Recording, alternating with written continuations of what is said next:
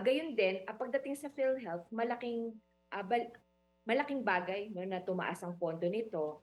Ngunit kailangan talaga na tiyakin natin na tataas yung kanyang subsidy sa mga patients kasi currently nasa 20 to 30% lang ang Mm. nakocover ng PhilHealth. Ang laki pa rin ng out of pocket ng ating mga kababayan. Bukod dyan, mas pinalawak talaga ng coverage, no? Mhm. Para lalong-lalo na yung mga pinakanangangailangan, zero balance billing Mhm. talaga. So anong Nababahala tayo, mm. kasi dapat imbes sana na maifip, idiretso natin sa mga hospitals para mapalakas at mapalaki yung mga bed capacity nila para sa compensation ng mga doctors, health workers, equipments at mga facilities. Oo.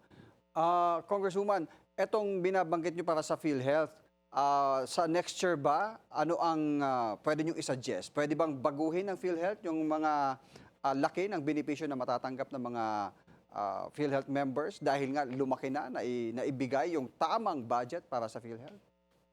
Kung ang pamantayan natin ay yung zero balance billing na Mhm. pangako mismo ng Pangulo noong SONA, dapat talaga halos zero na dapat na yung babayaran. Dapat So wala ng out of pocket. Zero balance na so dapat. dapat baguhin ng PhilHealth yung kanilang policy? Mga policies, Oo. oo. Tsaka mas pinalawak na coverage Mhm. pagdating sa kung sino yung mga makaka-avail, hindi makaka-avail. No? Yan Mhm. yung mga babantayan natin sa mga susunod. But Dexter, we have yet to see, no, the BICAM report.